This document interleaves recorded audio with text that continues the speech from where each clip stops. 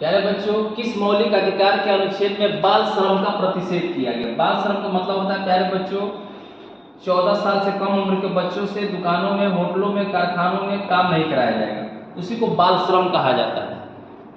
अनुच्छेद 38 में दिया गया, अनुच्छेद 24 में दिया गया, अनुच्छेद 36 में दिया गया, अनुच्छेद 48 में दिया गया। प्रश्न बनता है, बहुत पूछा जाता है कि 14 साल से कम उम्र के बच्चों को दुकानों में, होटलों में, कारखानों में, कोयला के खदानों में, बीड़ी सिगरेट उद्योग में, घर मकान के निर्माण में नियुक्त नहीं किया जाएगा। यह किस मौलिक अधिकार में बाल श्रम को रोक लगाने की बात की गई? ये हमेशा प्रश्न पूछा जाता है प्यारे बच्चों। अनुच्छेद 38 में है कि अनुच्छेद 24 में है, अनुच्छेद 36 में है कि अनुच्छेद 48 में, 48A में है। तो प्यारे बच्चों देखेंगे, बाल श्रम का प्रतिषेध अनुच्छेद 24 में दिया गया। प्यारे बच्चों, कोई भी चीज पढ़ो तो उसको थोड़ा सा पिक्चराइजेशन कर लो, इमेज बनाओ, क्योंकि हमारा दिमाग इमेज पे काम करता है, पिक्चर पे काम करता है।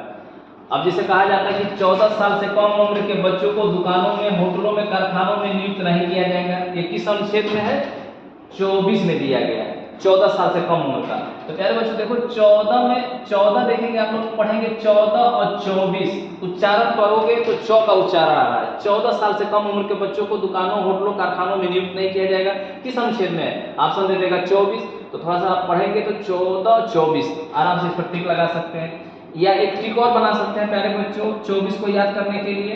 मान लीजिए कोई बच्चा कोई बच्चा है और वो 14 साल से कम उम्र का है, और उस बच्चे से जो है 24 घंटा काम कराया जा रहा है। कितने घंटा काम कराया जा रहा है? 24 घंटा। तो इसके मतलब अनुच्छेद 24 का उल्लंघन हो रहा है।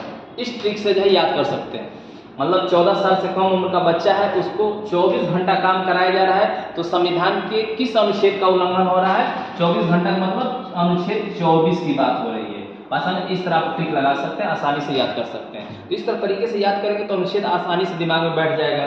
अनुच्छेद 38 में लोक कल्याणकारी राज की बात की गई है। लोक कल्याणकारी राज की बात करते हैं, अड़ का भाव आता है, 38 में जो है लोक कल्याणकारी है।